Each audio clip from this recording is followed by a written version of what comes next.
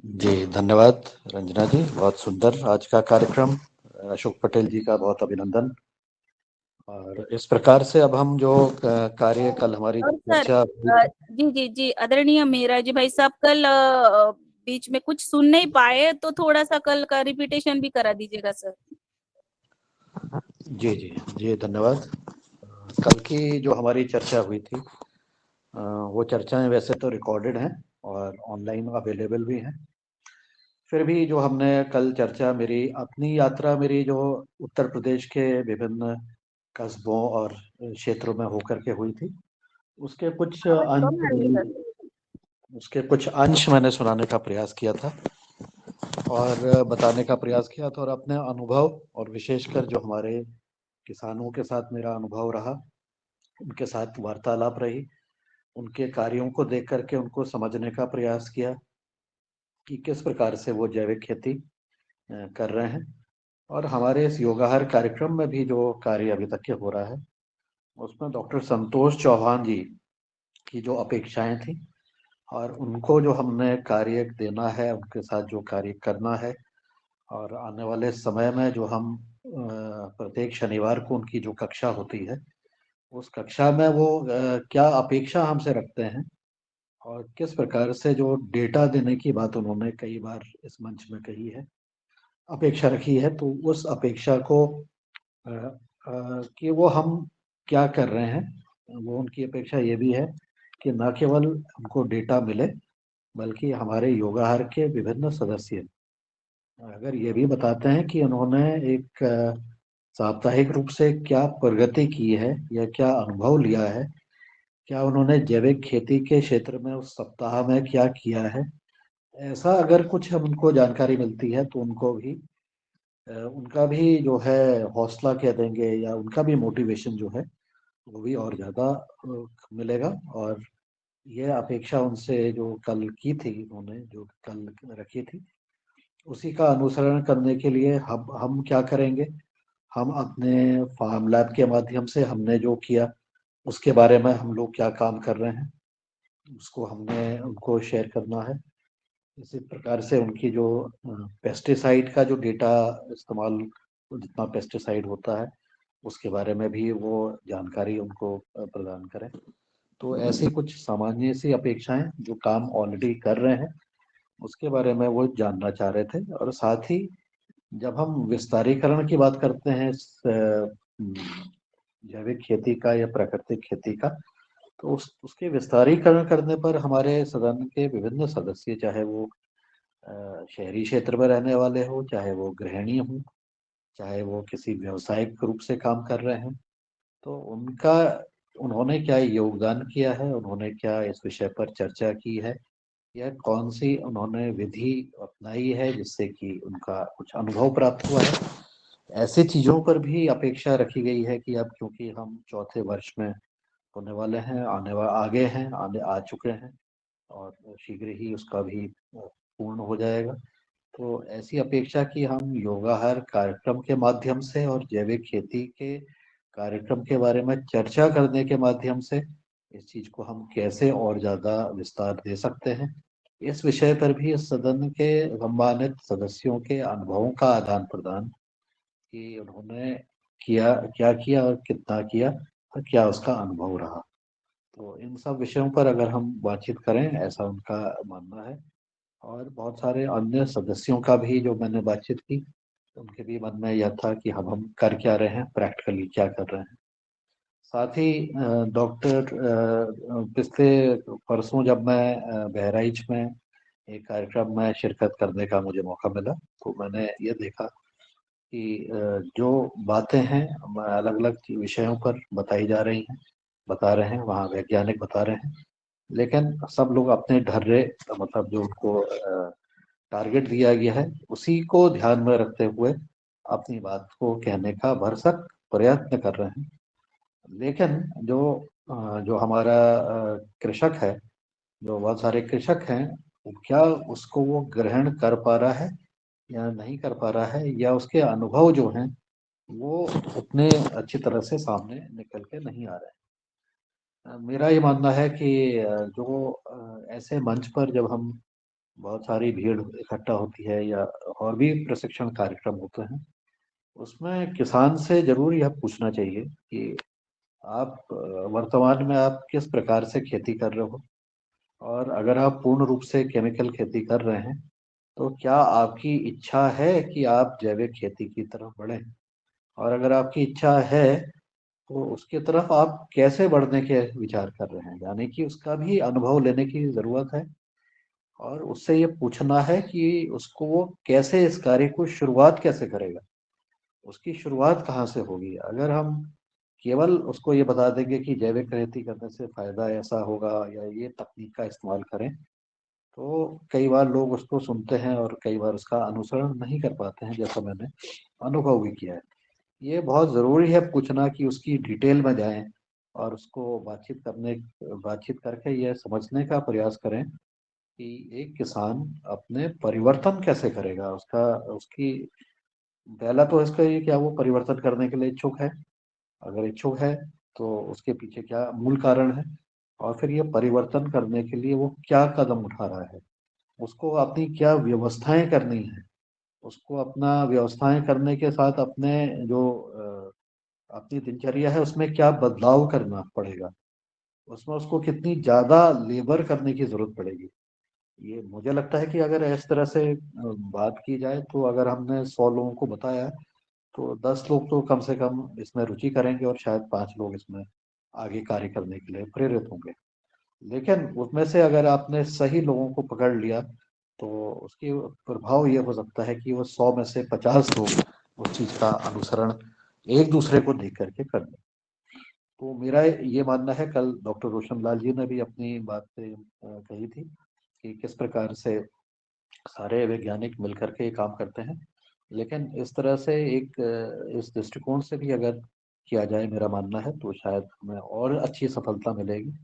और मुझे लगता है कि ये चीज़ें हमारी सभी ये चीज़ के लिए लागू होती हैं कि अगर हम उसकी डिटेल में जाएं और उसको समझने का प्रयास करें तो निश्चित रूप से उसको अगले व्यक्तियों को उनको समझने में आसानी होगी, कार्य करने में आसानी होगी, और हमें भी उसकी जो समस्याएं उसको आ रही हैं, ये जो बाधाएं उसको लग रही हैं कि मेरे मुझे ये बाधा है, मुझे बाधा ये हो सकती है कि मैं इसको पूर्ण रूप से नहीं समझ पाया, मेरी बाधा ऐसी हो सकती है कि मैंने इसके लिए तैयारी नहीं की, मेरी बाधा ये हो सकती है कि बाकी समाज क्या कहेगा, या मेरे परिवार के लोग क्या कहेंगे। तो ऐसा जब हम इन बाधाओं को समझते हैं और उसको एक एक करके एक बड़ी समस्या को छोटी छोटी समस्याओं में तोड़ने का प्रयास करेंगे तो मुझे लगता है ये काम और आसानी से हो सकता है। अब इस विषय को आज की जो चर्चा है उसमें हम इन सब विषयों के ऊपर हम चर्चा करें, और साथ ही कल जो हैंड रेज्ड रहे हुए थे लास्ट में, और जो कल उनकी बातें छूट गई थी, उनसे भी अनुरोध है कि हम उस विषय को भी उनसे भी बातें जो छूटी हैं उसको आगे करें।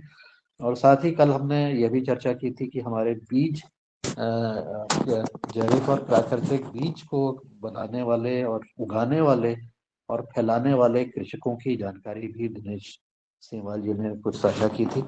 अगर उसमें कोई गैप रह गया है तो वो भी अपना गैप बता दें या अपडेट कर दें, जो भी सूचना है। और इस क्रम को आगे बढ़ाने के लिए मैं अब आगे मंच को आगे सौंपना चाहता हूँ। ये मंच आज भी खुला रूप में रहे और हम अपने संवाद करें, बातचीत करें और अपने अपने विचार को यहाँ पर शेयर करें। और इस तरह से एक नियमित रूप से एक फीडबैक का सेशन हम लोग नियमित रूप से रख करके हम कम से कम इस पर चर्चा करें और बाधाओं को समझने का प्रयास करें। बाधाओं को एक बार हम समझ लेते हैं तो शायद हम काम करने के लिए हमें आसानी होगी या मोटिवेट होंगे, ये दूसरों के अनुभव से सीखने का हमें अवसर और ज्यादा गहनता से मिल पाएगा।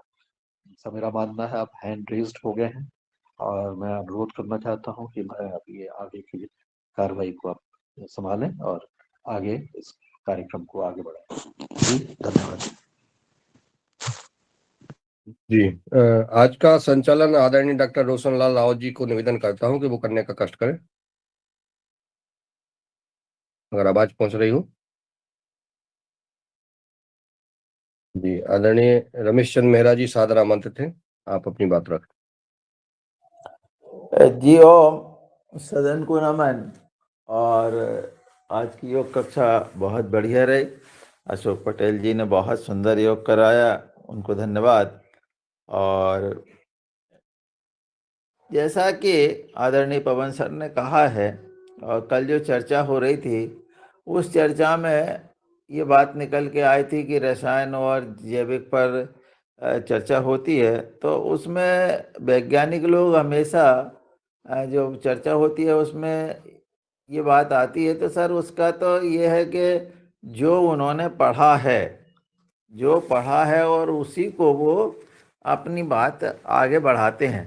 परंतु हम लोग जो अभी जैविक पर जो अपन काम कर रहे हैं, तो जैसे मैंने कहा था कि हम लोग जो है इन भागवत में जाकर के अपनी बात कहेंगे और उनके माध्यम से ये बात कहलवाने का करेंगे। तो कल सर हम लोगों ने प्रयास भी किया, और कल इस संबंध में क्या हुआ, वो प्रयास हमारा अधूरा रहा, पर हुआ ऐसा कि हमारे साथी आदरणीय सुशील गौर जी और आदरणीय हमारे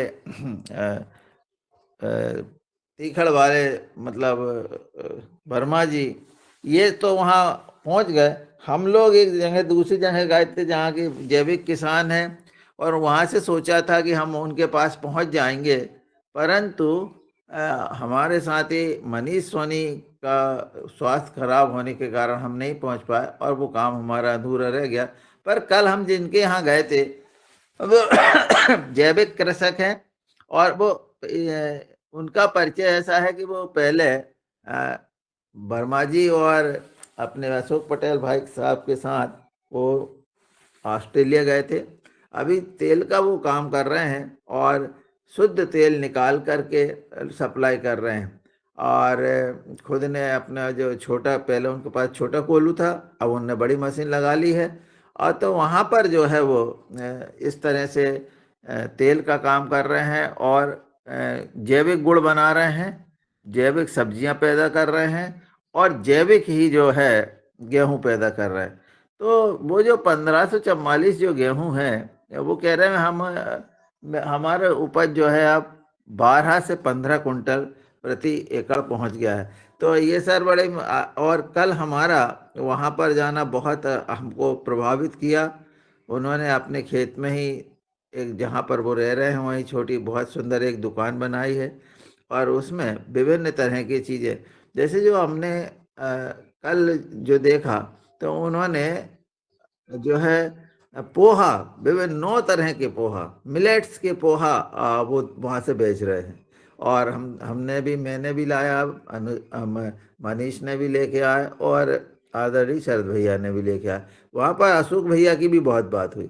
आप वहाँ से ही तेल लेकर के उसका उपयोग करते हैं, और जो जैविक शादी में जो तेल का उपयोग हुआ था वो भी उन्हीं के वहाँ से हुआ था। तो इस तरह से निश्चित रूप से किसान यदि सोचेंगे, करेंगे, तो उसमें भी निश्चित रूप से उन्हें लाभ होगा। और इस तरह से काम करके वो अपने, जैसा कि हम कल डॉक्टर राउत जी कह रहे थे कि किसान कम समय काम करता, पर वहाँ तो उनके पास तो समय ही नहीं है और पूरा परिवार लगा है और बहुत सुंदर काम हो रहा। और दूसरा बात सर, अभी मैंने जो विचार किया है, या कल हम बात करते आ रहे हैं कि हमारे इसको कैसे बढ़ाएंगे, तो इसके संबंध में थोड़ा सा आप सब लोगों के सुझाव भी आएंगे तो बहुत अच्छा रहेगा। एक तो क्या है कि हम जो है, जैसे स्कूल वाले लोग बच्चे हैं, स्कूल में जब प्राइवेट स्कूल जब के जो टीचर है, उनको मई, जैसे अब ये परीक्षा खत्म होगी और फिर वो मोहल्ले मोहल्ले भेज देते हैं, और मोहल्ले मोहल्ले भेज करके ये पूछते हैं कि भाई आपके यहाँ, आपके घर कोई 3 साल का 4 साल का बच्चा तो नहीं है, स्कूल जाने वाला बच्चा तो नहीं है। तो उनके पास एक डेटा आ जाता है कि भाई इतने इस मोहल्ले में इतने बच्चे हैं। फिर वो एक बार और संपर्क करते हैं और उनके स्कूल में ये कहते हैं कि भाई हमारे स्कूल में आप उनका नाम लिखा लें। इसी तरह से यदि हम अपने किसानों के पास पहुंचकर ये पता करें कि 2 के ग्रुप में, 3 के ग्रुप में उनसे बात करें कि आप क्या जैविक खेती करना चाहते हैं, आपकी इच्छा है या नहीं है, और है तो एक छोटा सा सर्वे फॉर्म बना करके बच्चों के माध्यम से या अपने स्वयं के माध्यम से, जैसा भी एक प्रयास हो सके, 2-2, 3-3 के ग्रुप में यदि करेंगे तो निश्चित रूप से उनकी मंशा हमें पता लगेगी। ऐसा हम लोगों ने कल, मैंने और शरद भैया ने आपस में चर्चा की है।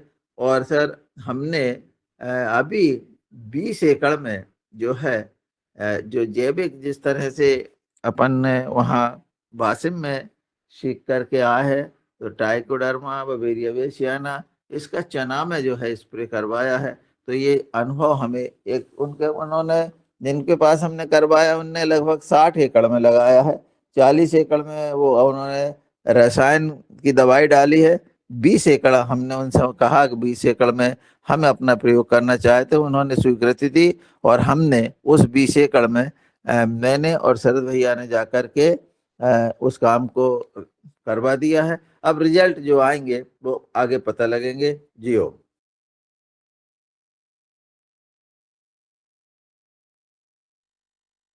धन्यवाद आदरणीय मेहरा जी।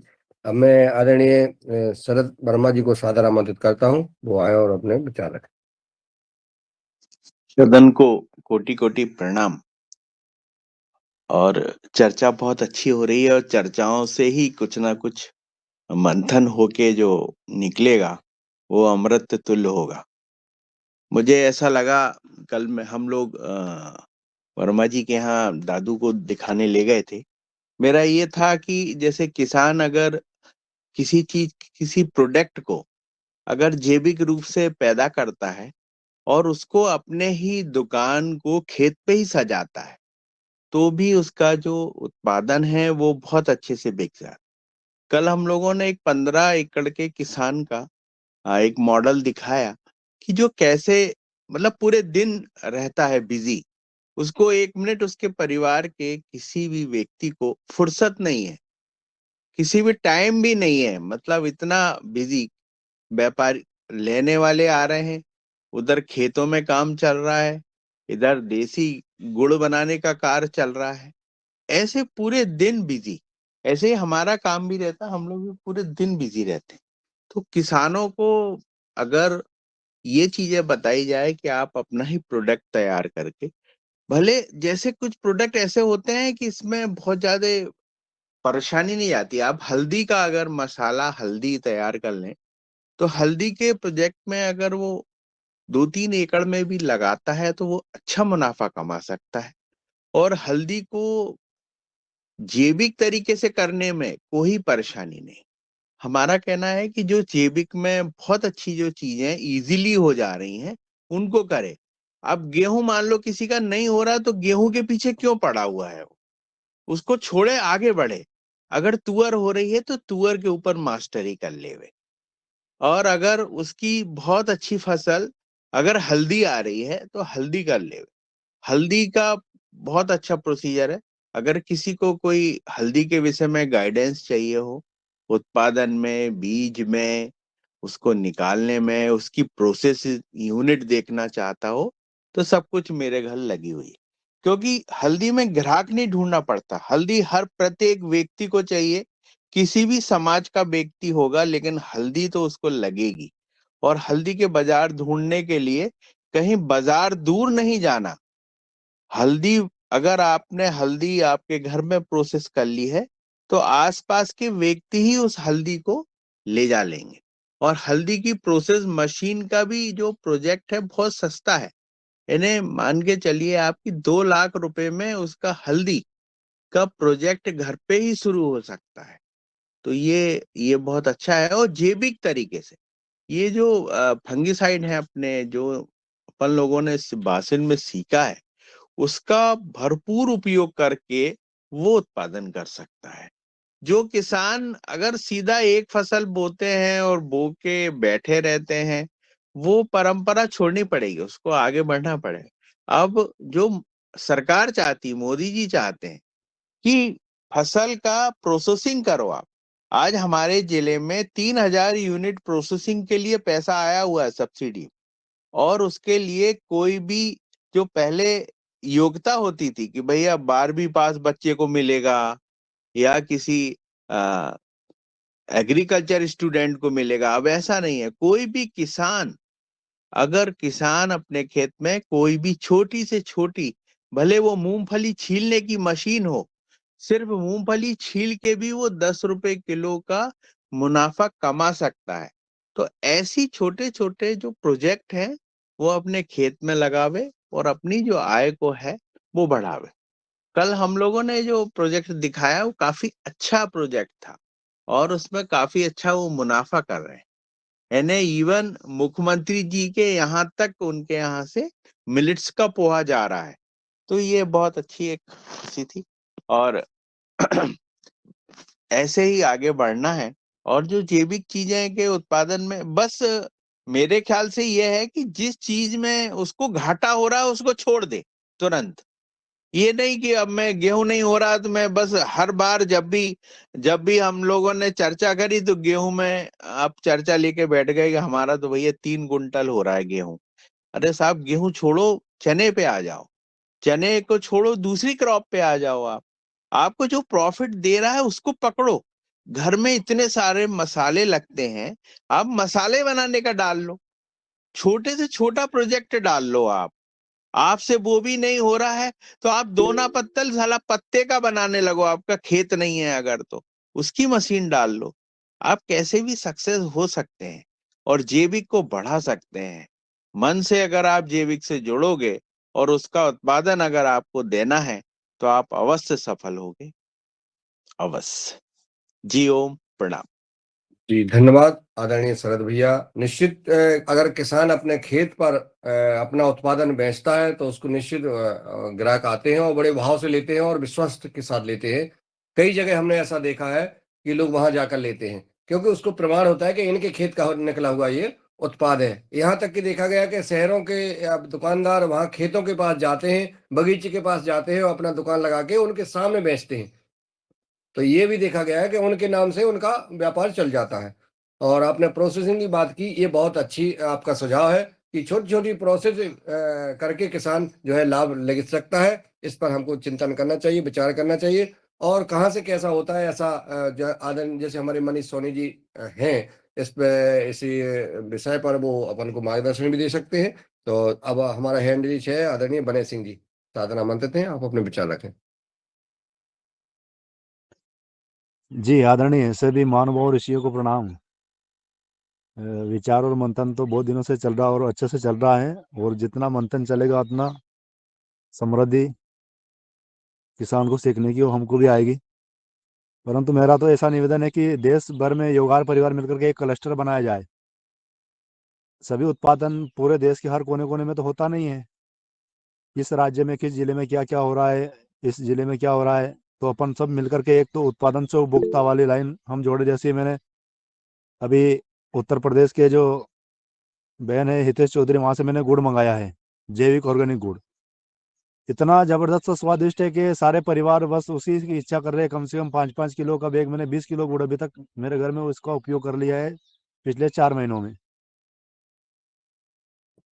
उत्पादन से उपभोक्ता वाली लाइन और क्लस्टर कौन क्या पैदा कर रहा है और कहाँ इनको पहुंचाना है, किस राज्य में इसका व्यापार सप्लाई, व्यापारी जो सप्लाई करते हैं वो सीधा हम किसान ही सप्लाई करें उसका, ये शेड्यूल हमारा तैयार हो जाएगा जैविक के माध्यम से।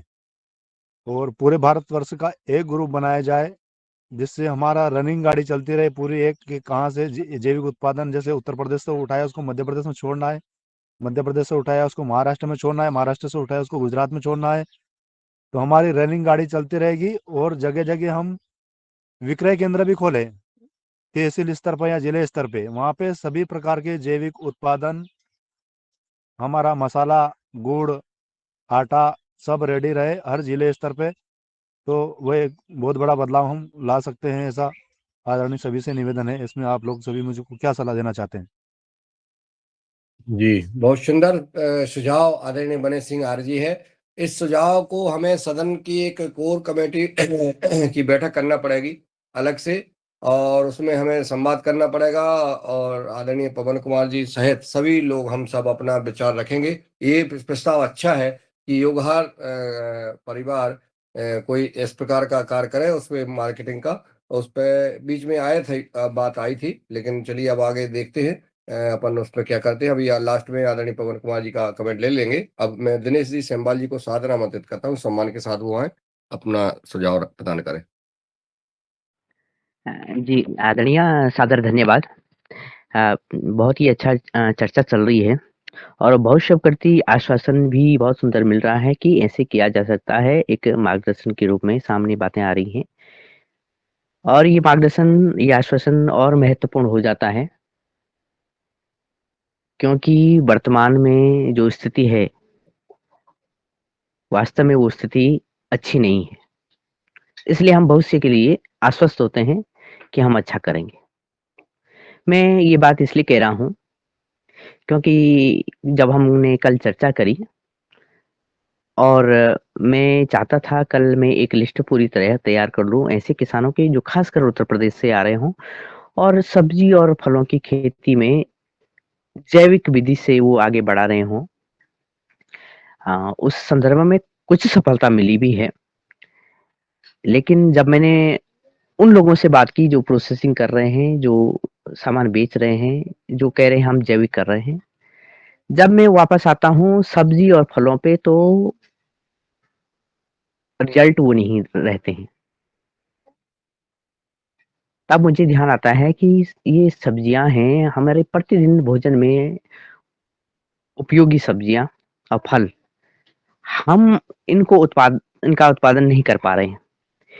इसी सिलसिले में सर मैंने कल हमारे ही योगाहार के सदस्य और दूसरे सदस्यों जो योगाहार में अभी तक नहीं आए उनसे बात की। उनमें से मैंने हमारे आदरणीय भारत भूषण त्यागी जी से बात की।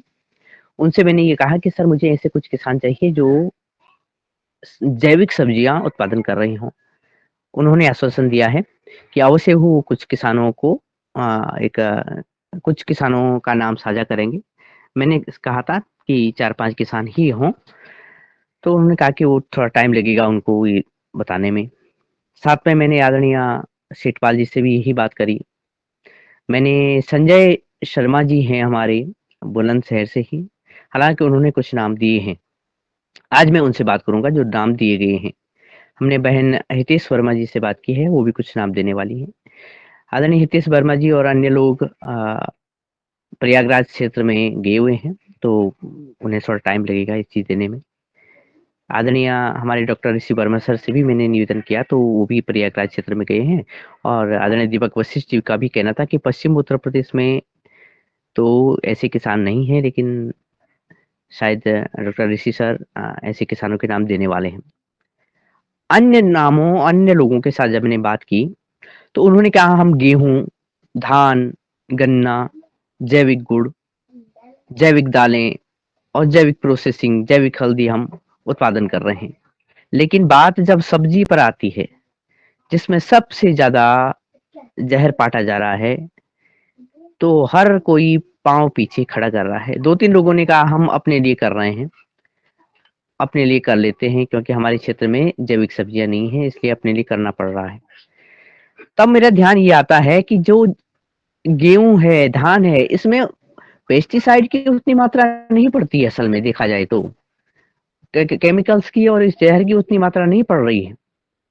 अगर पड़ रही है तो वो दुखद है, चिंताजनक है, लेकिन हम अपनी सब्जियां नहीं बचा पा रहे हैं। यहाँ तक कि मैं कुछ बीज बचाने वाले ग्रुपों के साथ जुड़ा हुआ हूँ, वो बहुत ही तेजी से ये बता रहे हैं कि हम बीज बचा रहे हैं, वो बीज बेच भी रहे हैं। तो मैंने जब बात करी, मैं आदरणीय पवन सर से भी बात करी, क्योंकि इस बीच मुझे कुछ बीज बचाने वाले किसान चाहिए थे। मैंने लोगों से बात रखी कि मुझे कुछ बीज बचाने वाले किसान दीजिए। सबने हाँ कहा, लेकिन जब मैंने कहा कि आप खेत में खड़े होकर के और किन किन बीजों को बचा रहे हैं अब तक, वो फोटो भेजिए, वो बात नहीं हुई। तो मैंने क्या किया, मैंने 2 जगह ऑर्डर कर दिया कि विविध तरह के बीज, कुछ 5-5, 6-6 तरह के बीज। तो उसमें बहुत समय लग गया। कल एक जगह से बीज आए, मैंने 3 जगह ऑर्डर किए, लेकिन अभी एक जगह से ऑर्डर आया। तो कोई 150 रुपए का एक पैकेट, जिसमें कि 3-3, 4-4 बीज के छोटे-छोटे पैकेट हैं। लेकिन जो पैकेट मुझे मिला है, प्राप्त हुआ है, तब मुझे ध्यान आता है कि, और लोगों से मैंने बात भी करी तो पता चला कि एक रवैया, एक सिलसिला ये हुआ है कि मैं आपको फ़ोन करूँ, आप तीसरे को, चौथे को फ़ोन करके एक दूसरे से बीज लेकर के, इकट्ठा करके, और हम बीज बेच रहे हैं। ये स्थिति अभी इस तरह से आ रही है। हमारे जो देसी बीज उत्पादकों की संख्या भी बहुत कम है और बड़ा चैलेंज हमारे सामने है। उसी तरह से प्रोसेसिंग, और मैं हल्दी वाले लोगों के साथ भी आदरणीय मैंने बात करी, हल्दी जो कुछ लोगों से कि हल्दी कौन कर रहा, तो उन्होंने बताया ये हल्दी है। लेकिन कुछ लोगों ने ये बताया कि हल्दी में रंग कैसे तेज हो, ये बात भी प्रोसेसिंग यूनिट, यहाँ तक कि एफपीओ के माध्यम से भी ऐसे कार्य, जघन्य कार्य किए जा रहे हैं कि जो पेंट में जो रंग रोगन के लिए, इमारतों को, घरों को सजाने के लिए जो रंग लगाया जा रहा है, वो रंग हल्दी के पाउडर में डाला जा रहा है, ताकि उसका रंग हमारा चोखा लगे, अच्छा दिखे। तब बड़ी ये समस्या आ रही है देखने में, समझने में, सुनने में, कि जब चलो ठीक है, उत्पादन किया, लोगों ने कहा कि जैविक के नाम पे खरीद तो लिया है, लेकिन जो खाएगा उसका होगा क्या? तो मेरी जो कल की जो रिहर्सल थी, कल जो मैंने बात की, तो 80% बात मेरी ऐसे लगी कि मैं नाकामयाब हो गया हूँ आज की वार्ता से, कल की वार्ता से, लोगों से जो बात की। कुछ लोगों ने उम्मीद मुझे जगाई है कि वो कुछ नंबर्स देंगे। कुछ ने कहा कि हम थोड़ा बहुत कर लेते हैं, और क्या करें, थोड़ा छिड़काव तो करना पड़ता है जब थोड़ा दिक्कत आ जाती है। तो ऐसे ही किसान जो कि कह रहे हैं कि हम जैविक और प्राकृतिक खेती तक की बात कर रहे हैं। तो तब तो मुझे डॉक्टर चौहान जी की चिंता और भी सताती है, जब वो बड़ी पीड़ा से कहते हैं कि वो डेटा तो आए, और ये और भी कठिन हो जाता है। हालाँकि मैं निराशा नहीं व्यक्त करना चाहता, और ना तो निराशा, क्योंकि हमारे पास ऐसे किसान हैं। अभी-अभी हमारे आदरणीयों ने ये कहा कि क्या किया जा सकता है। लेकिन तब ये बात सामने आती है कि इतना बड़ा हमारा राष्ट्रीय स्तर पर चलने वाला कार्यक्रम, जबकि प्रधानमंत्री जी ही, जबकि हमारी सरकार ही स्वीकार करती है कि हम जैविक खेती कर रहे हैं, हमने दमखम के साथ काम आगे बढ़ा दिया है। तब हम कहाँ हैं, ये कहना बड़ा कठिन है। इसका रिजल्ट मेरे पास तो नहीं है कल की वार्ता के मुताबिक, लेकिन फिर भी समाधान की कदम हमें आगे बढ़ाने ही पड़ेंगे। उन किसानों से जो कार्य कर रहे हैं, वो बहुत ही मेरे ख्याल से ऑक्सीजन के काम कर सकते हैं, ऑक्सीजन जैसा कार्य कर सकते हैं। आदरणीय सादर बर्मा सर हैं, आदरणीय रमेश चंद मेहरा जी, जो कि सभी किसानों को लेकर आगे बढ़ रहे हैं, अन्य सभी किसान जन। लेकिन मुझे लगता है कि पश्चिम उत्तर प्रदेश में की बात अगर बात करें, और उत्तर प्रदेश की बात करें, तो ये बहुत बड़ा चैलेंज भी है, और मेरे ख्याल से बहुत बड़ी अपॉर्चुनिटी भी है इस क्षेत्र में काम करने की। धन्यवाद, प्रणाम। जी, धन्यवाद आदरणीय दिनेश जी, आपने बहुत महत्वपूर्ण मार्गदर्शन दिया है और अपनी बात रखी है, विषय रखे हैं। आपके इस सुझाव को अभी सदन सुन रहा है, और आदरणीय डॉक्टर रोशनलाल राउत जी ने आपके सुझाव सुन करके अपनी बात रखना चाहते हैं। उनका स्वागत है, आदरणीय राउत जी। जी ओम, सदन को सादर प्रणाम। धन्यवाद भाई साहब। निश्चित रूप से कल जो चर्चा चल रही थी वो आगे बढ़ रही है, और जो सभी की जो मनसा है, जो मन में जो विचार है, और वो विचार सरकार के भी हैं। ऐसा नहीं है कि सरकार नहीं सोच रही है, सरकार भी सोच रही, पर व्यवहारिक जो कठिनाइयां हैं वो जहाँ की वहाँ बनी हुई है।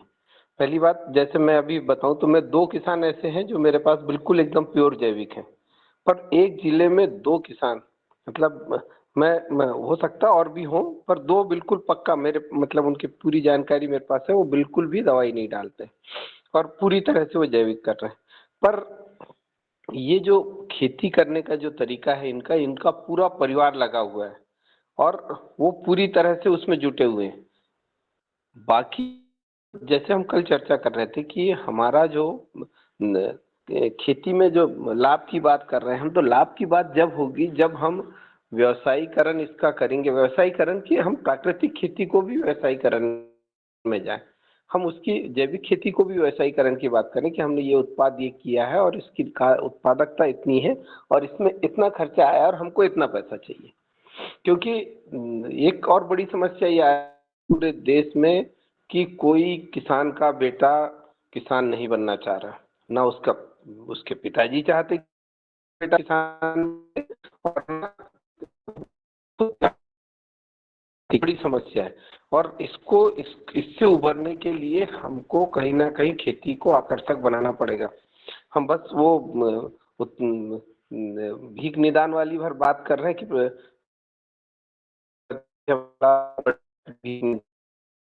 अब सिर्फ दोहों में रह गई है, क्योंकि जब तक वो उसको पैसा नहीं मिलेगा तब तक वो नहीं होगा। और इसके लिए हमको चाहिए कि उनको उद्यमता से जोड़ें। जैसा अभी ये इसकी चर्चा हुई गुड़ वाले की, पोहे वाले की, ये लोग जो काम कर रहे हैं इनको वास्तव में यही काम हो रहा है और इसी पर काम करने की आवश्यकता है। सेकेंडरी एग्रीकल्चर मतलब हमने पैदा कर लिया, उसके बाद की क्या प्रक्रिया है, हम वैल्यू एडिशन करें, उसमें प्रोसेसिंग करें, उसको मार्केटिंग करें, किस तरह के हमारे पैकेजेस हो, किस तरह का वो क्यों माल हमारा खराब नहीं हो तक उसको न, तो इसमें सब इंडस्ट्रीज लगी हुई है।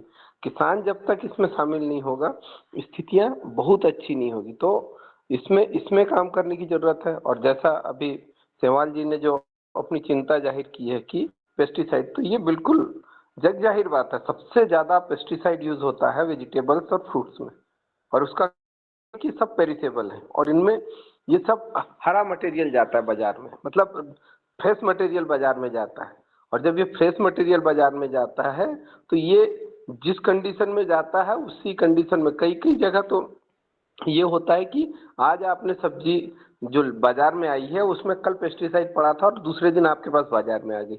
तो किसान तो वो अपनी धुन में लगा हुआ है, उसको ये वो अनजाने में कर रहा, मतलब कई सारे किसान आपके ये मान सकते हैं, हम उनको बहुत ज्यादा दोष नहीं दे सकते। 50% किसान तो वो सोचते ही नहीं इस बारे में कि इसका क्या, इसमें आगे जाके क्या होगा।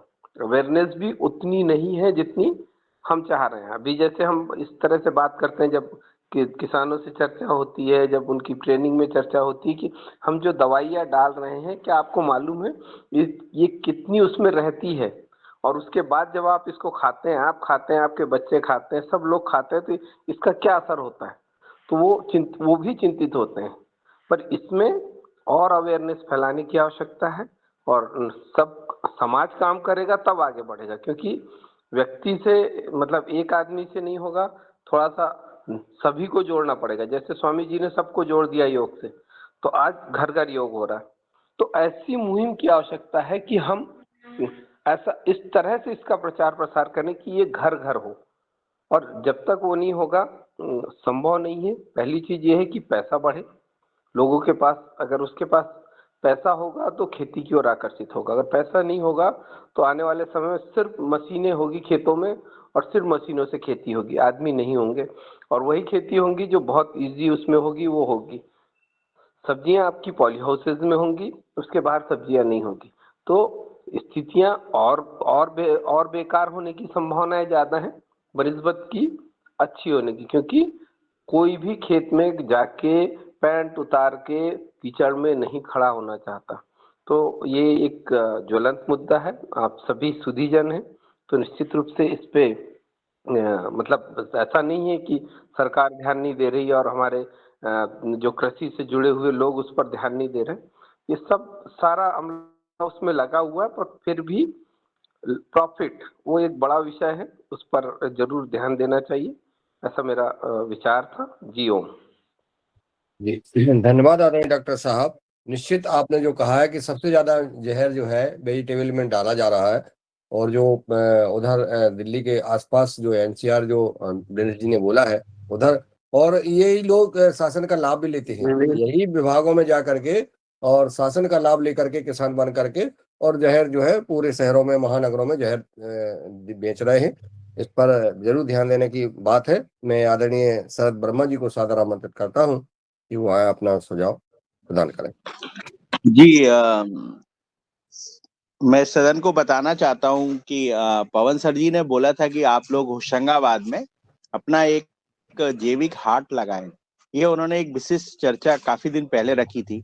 उसी को हमने दिमाग में रखते हुए हम लोगों ने जो योगाहार के सदस्य हैं जैसे वर्मा जी हैं, तो वो आपको बता दें कि उन्होंने ग्रेडिंग का प्लांट डाल रहे हैं, जिसमें वो अनाजों की ग्रेडिंग करके और शुद्ध जो जैविक चीजें हैं वो उपलब्ध कराएंगे। और एक योगाहार का हाट हम नर्मदापुरम में 1 साल के अंदर ही चालू करने वाले हैं, जिसमें रूप सिंह भैया हमें तेल और दाल देंगे। उन्होंने भी मशीनें ले ली हैं और उनका भी प्रोजेक्ट चालू है लगभग। ऐसे जितने योगाहार के सदस्य हैं सारे ने मिल के, जैसे दादू हैं तो दादू आटा देंगे, जैविक आटा, और हम लोग मिल के हम लोग भी 2-3 प्रोडक्ट देंगे, सब्जियां देंगे। और जैसे जो सब्जियां कर रहे हैं, गौर साहब सब्जियां कर रहे हैं तो वो सब्जियां, ऐसा एक योगाहार हाट हम नर्मदापुरम में, जैसे मुन्नीलाल जी ने बताया था कि कुछ विशेष छाप होनी चाहिए, तो वो विशेष छाप नर्मदापुरम में होने वाली है। और आने वाले समय में आपको बता दें, सभी की मशीनों के ऑर्डर्स हो चुके हैं और मशीनें बहुत जल्दी यहाँ आ रही है। जो सर कहते हैं ना कि काम एक्शन, तो हमारा जो योगाहार के नर्मदापुरम के सदस्य हैं वो इस एक्शन में है सारे, कि कुछ ना कुछ मशीनें अपने खेत की लगा के और किसान को, जैसे हमारा हल्दी का प्रोडक्ट है तो हम हल्दी प्रोसेस करके पूरा देंगे। तो हमारा बाकायदा हॉर्टिकल्चर में पंजीयन है और सभी लोगों का पंजीयन होने के बाद पूरा विभागीय योजनाओं का फायदा लेते हुए इनका हम लोग एक ग्रुप बना रहे हैं। और इसका हाट हम बहुत जल्दी नर्मदापुरम में पवन सर से उद्घाटन कराने वाले हैं। और मुन्नीलाल सर जी की इसमें जो है नर्मदापुरम का एक नया योगाहार हाट, जिसमें सभी मसाले, सभी तेल और सभी चीजें मिलेंगी और वो योगाहार के सदस्य रहेंगे। जी ओम, प्रणाम। बहुत धन्यवाद आदरणीय शरद वर्मा जी। आप जो है जो करने जा रहे हैं, जो आपने सुनाया, बड़ी प्रसन्नता की बात है कि योगाहार का पुनः मार्केट जो है अपन शुरू करेंगे और वो प्रमाणित होगा, और इससे जो है समाज में और सरकार में जो है को प्रेरणा मिलेगी। अभी टीकमगढ़ में एक जैविक हाट बाजार शुरू कराया है, परंतु अभी हम उससे पूर्ण संतुष्ट नहीं है, परंतु धीरे धीरे हुआ है अभी हाल में। और मैं नर्मदापुरम तो देश में और इस प्रदेश में नाम रोशन करेगा, ऐसी मुझे पूर्ण उम्मीद है।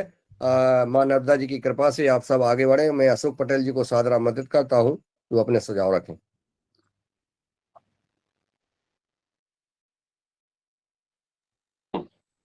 बहुत अच्छा, बहुत अच्छी चर्चा चल रही है। एक दो तीन चीजों पे मैं बोलना चाहूंगा। एक तो जो गजराज सिंह वर्मा है वो 8-10-12 साल से लगा हुआ बहुत मेहनत कर रहे हैं। वो जो किसान हैं, पहले जो भोपाल के IAS IPS ने जमीनें खरीदी थी, उनकी देखभाल करके, और वो जैविक खेती उनके लिए, क्योंकि कैंसर के बहुत पेशेंट हो रहे थे, तो उन्होंने की पैसा तो बहुत करोड़ों अरबों है अपने पास, लेकिन जान कैसी बचे, तो उन्होंने एक जंगल खरीदा 200-300 एकड़ का, और उसमें जैविक खेती, प्राकृतिक खेती, ये बड़े बड़े IAS IPS अफसरों ने वहाँ चालू करी। तो वो काम वो देख रहे थे बिल्किसगंज में। फिर इसके बाद में उन्होंने खुद का ये काम चालू करा। वो हमारे साथ विदेश भी गए थे, गजराज सिंह वर्मा जी।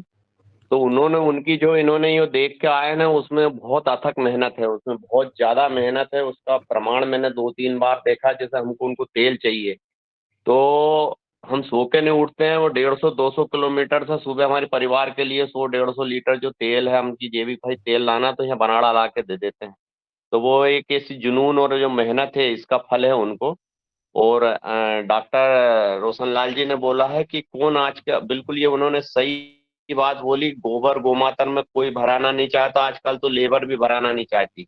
जो दिल्ली के आजू बाजू वाले क्षेत्र में, तो वो तो चकाचौंध देखने वाले, वो गाय गोबर गोमातर का काम क्यों करेंगे, जबकि सुदूर गांवों में भी ये काम बंद हो रहा है धीरे धीरे। दूसरा काम कर लेंगे, लेकिन गोबर गोबर उठाना आजकल बहुत मुश्किल का काम है।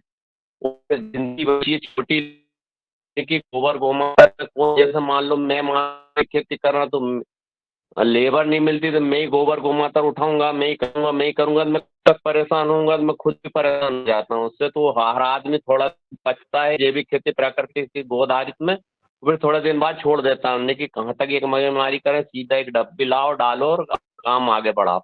मेरे पास इतनी संपूर्ण सुविधा होने के बाद में, बहुत सुविधा मेरे पास ए टू जेड के बाद में भी मैं सिर्फ 5-10 एकड़ में ही जैविक खेती कर पा रहा हूँ।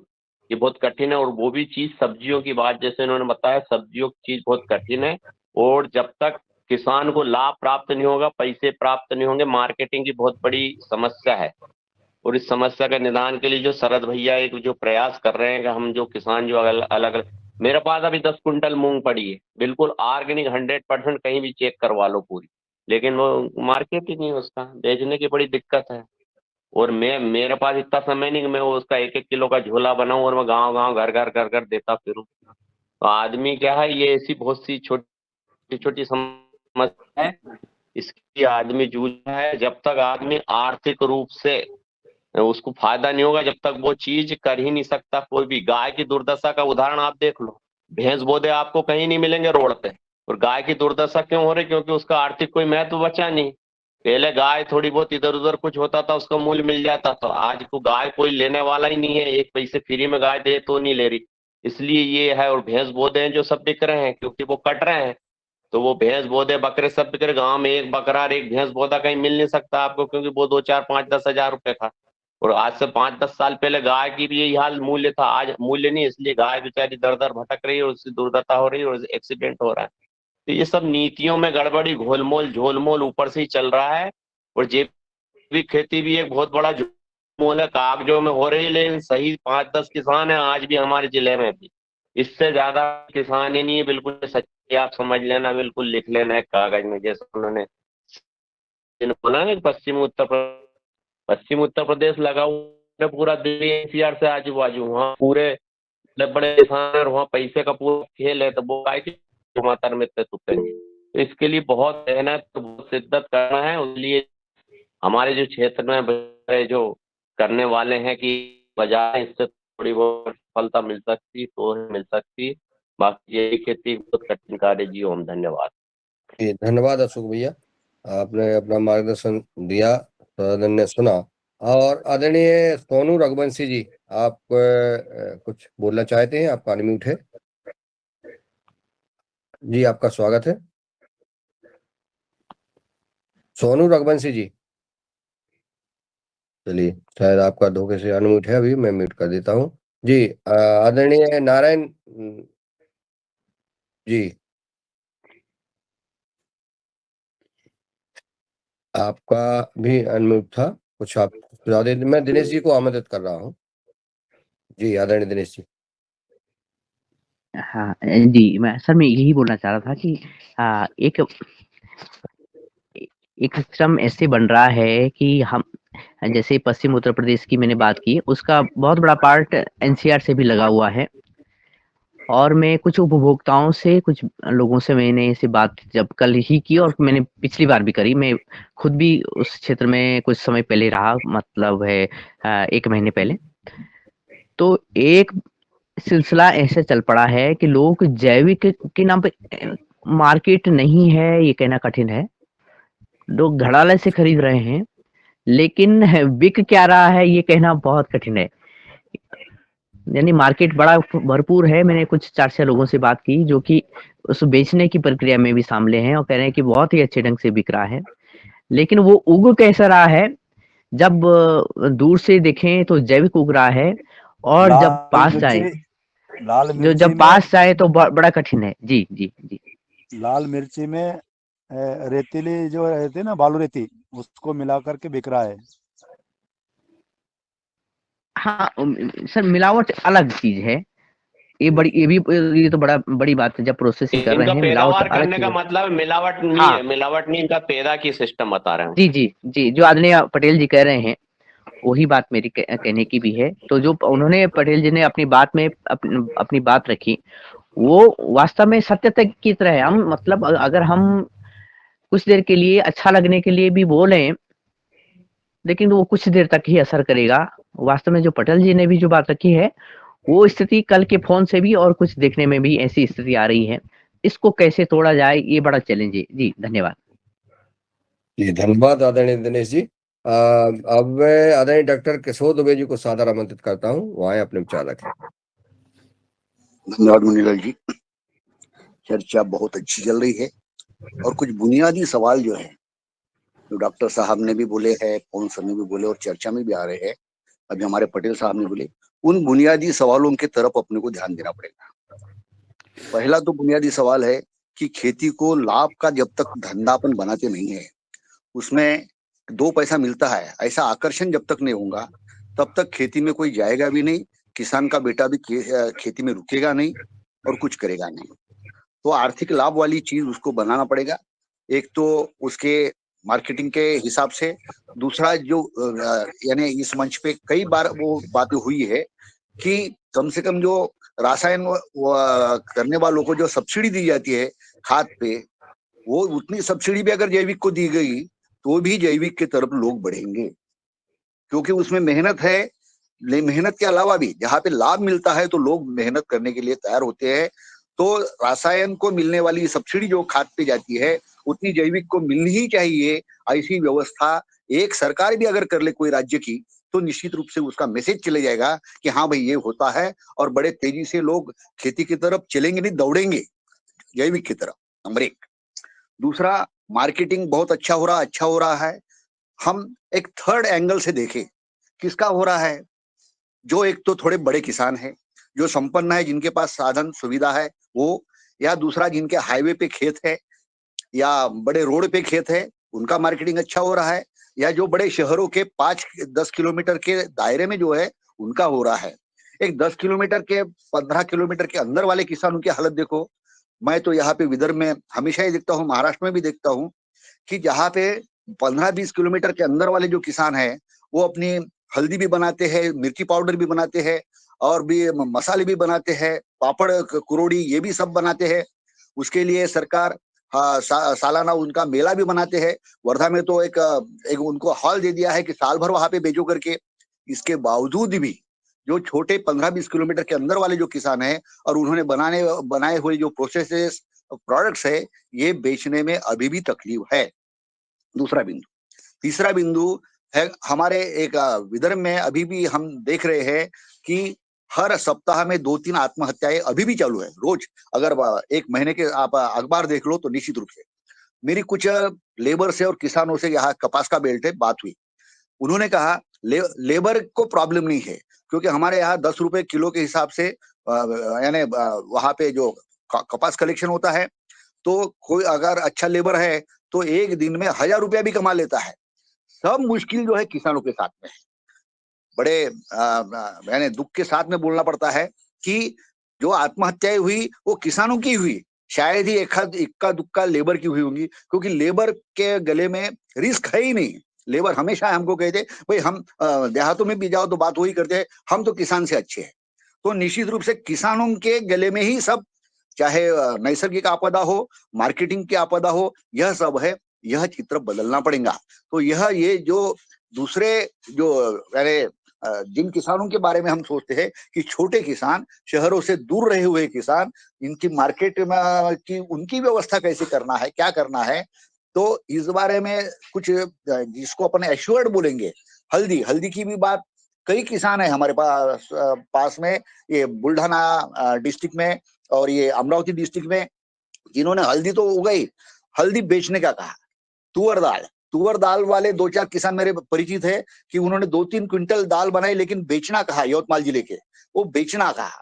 तो बेचने की समस्या है ही नहीं, ऐसी बात नहीं है। तो ये जो बेसिक बिंदु है, ये बेसिक बिंदु की तरफ जब तक हम ध्यान देंगे नहीं, या उसके लिए जो भी व्यवस्थाएं बनाए, चाहे कारपोरेट व्यवस्था बनाए, सरकारी व्यवस्था बनाए, एफपीओ की व्यवस्था बनाए, लेकिन भाई जैविक दाल है तो जैविक दाल को जिसको बोलेंगे कि हम एनरोलमेंट करके कि भाई हाँ मैं इतना जैविक उगाऊंगा, और वो जैविक इकट्ठे करने के बाद में 50 किसानों का इकट्ठा होंगे और वो दाल जैसे बड़े शहरों में या कहीं पर जाती है, तो पैकिंग वाकिंग वो करवाना ही पड़ेगा निश्चित रूप से। ये अकेला किसान तो नहीं कर सकता, छोटा किसान 4-5 एकड़ वाला भी नहीं कर सकता। और पटेल साहब जैसा एक तकलीफ जाती है तो छोटे किसान को तो और 100% जाती है। तो ये व्यवस्थाएं जब तक नहीं बदलेगी, तब तक जैविक की तरफ लोग जाएंगे नहीं। जाए वो रुकेंगे नहीं, और ये चक्र ऐसे ही चलता रहेगा। तो इस चक्रों के इन बिंदुओं को ध्यान हमको देना पड़ेगा, तभी हम जैविक की तरफ जाएंगे, कंज्यूमर्स को दे सकेंगे, और लोगों को जो अलग अलग बीमारियां हो रही है केमिकल से, उससे रोक सकेंगे। धन्यवाद आदरणीय डॉक्टर साहब, बहुत महत्वपूर्ण बिंदु आपने बताए और अपना मार्गदर्शन दिया है। हमें योगाहार को निश्चित एक निर्णय लेना पड़ेगा, हम कब तक बचते रहेंगे, और अगर हम बचें ऐसे ही बचते रहे तो निश्चित स्थिति वही बनी रहेगी, और जो केमिकल उत्पादन करने वाले किसान हैं, व्यापारी हैं, कंपनी हैं, फार्मर हैं, एफपीओ हैं, वही लाभ लेते रहेंगे, और हमारा निश्चित अब हमें हाथ में हथियार लेना पड़ेगा। इस उद्देश्य के साथ आज हम जो है हैंडीज पुनः 4-5 हैंडीज हैं, 5 के लेने के बाद मैं आदरणीय पवन कुमार जी को आमंत्रित करूंगा, और सदन से एक प्रस्ताव निश्चित सदन में लाया जाएगा, जिसके लिए जो है योगाहार आगे बढ़े। आदरणीय हरेंद्र कुमार जी अपनी बात रखें। सदन को नमन। मैं रांची झारखंड से बोल रहा हूँ और जैसे अभी बात हो रही थी मार्केटिंग की और उसकी, तो मैं यहाँ पे एक स्टार्टअप है, मैं उनके बारे में बात करना चाहूँगा। ये अमृत कृषि के नाम से कर रहे हैं। इसमें काफ़ी अच्छे लोग जुड़े हुए हैं। एक एम्स के सीनियर डॉक्टर हैं, और यहाँ पे जो झारखंड के स्टेट एग्रीकल्चर यूनिवर्सिटी, उसके सहयोग से इन्होंने अमृत कृषि स्टार्ट किया था 10-15 साल पहले। इसमें गोबर, गौमूत्र के अमृत जल के थ्रू वो सब किसानों के साथ जुड़े थे। शुरू में 300-400 किसानों का ग्रुप बना के किए थे, और ये लोग प्योर देसी नेटिव सीड्स का ही, चावल के 40 वैरायटी, गेहूं के कई सारे वैरायटी, दलहन के वैरायटी किसानों से मिलके करवाते हैं, और इनकी मार्केटिंग बाहर करते हैं, दिल्ली, बॉम्बे। स्टार्टिंग में बहुत दिक्कत हुई थी सॉर्टिंग रेटिंग में, बट ये अभी काफी सक्सेस हो गया है, और अमेजोन पे और टू ब्रदर्स, बहुत सारी कंपनी अभी ये सप्लाई नहीं कर पा रहे। जैसे अभी एक सर ने बताया कि उनके पास कई मूंगफली, बहुत सारी, तो वो लोग तेल भी तैयार करवाते हैं। तो अगर वो चाहें मिल के या इनके थ्रू जुड़ के, जो भी जुड़ना चाहें, समझना चाहें, किसान करना चाहें, तो वो सब भी ये लोग बाहर भी करवा रहे हैं। यूपी में भी कुछ ट्रायल किए, झारखंड में भी कई सारों गांवों में अभी गेहूं की, धान की। और ये जो धान का रेट है किसानों को, जो ये लोग सरकार को देते हैं, उससे डबल रेट पे ये किसानों को पैसा देते हैं। लेकिन हाँ, इनके गाइडेंस के थ्रू आपको करना होगा, इनके जो प्रोसेस है, जिनको बीज है, इनसे लेना होगा।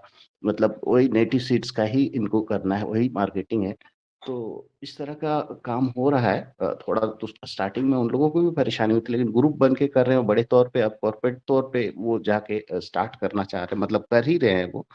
तो अगर किन्हीं को जुड़ना चाहें तो वो जुड़ सकते हैं, उन लोगों से मिल सकते हैं, बात कर सकते हैं। धन्यवाद जी। हरन जी, अपना नंबर जो है स्क्रीन पे उस पर चैट बॉक्स में डाल दीजिए, ताकि हमारे आदरणीय दिनेशी सेमवाल जी, मेहरा जी आदि जो है इसको नोट कर लेंगे और आपसे संवाद करेंगे।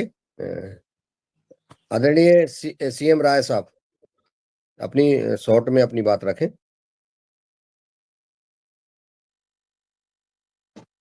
आदरणीय शशिकांत तिवारी जी।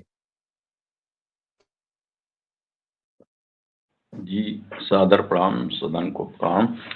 मैं ये कहना चाह रहा हूं कि किसान खेती को लाभ का धंधा बना सकता है, लेकिन वो मार्केट आधारित हो गया। हर चीज, कोई भी चीज, जैसा शरद भाई साहब कह रहे थे कि छोटी सी भी चीज लेनी है तो वो मार्केट में जाता है, वो अपने यहाँ बना नहीं पाता, बनाता नहीं, झंझट सोचता। वो अगर चाहे एक अनिल राय गाय जी, अपना से, माइक आप बंद कर दीजिएगा प्लीज। अनिल राय जी। अनिल राय एक जी बोल गाय रहे से, हैं, शशिकांत जी बोल रहे हैं। हाँ, एक गाय से 2 से 2.5 एकड़ की खेती आराम से कर सकता है। थोड़ा झंझटे तो हैं, लेकिन कर सकता है। देसी बीजों का उपयोग करे तो उसको मार्केट नहीं जाना पड़ेगा, पैसे नहीं खर्च करने पड़ेंगे, और सुबह से थोड़ा सा दूध से उसको पैसे मिल जाएं। फिर खेती में तो 3-4 महीने में आता है, कुछ प्लांटेशन लगा ले, छोटा सा एक खेत तालाब बना ले, जिससे वो पानी को जल संरक्षण भी हो जाएगा उसको, उसमें थोड़ा मछली आदरणीय पालन कर ले। शशिकांत जी, आदरणीय जी शशिकांत जी, आज मार्केटिंग की बात चल रही है, आगे आपका जी मार्गदर्शन लेंगे हम। अभी समय हो गया है, 8 बज गए हैं। जी जी आज अभी दूसरा विषय है। सीएम राय साहब, आपका कोई अगर इसमें जी सुझाव जी हो। जी जी जी तिवारी जी, चलिए सीएम राय जी के पास अब मैं, जी बोलिए। हेलो, बोलिए। हेलो,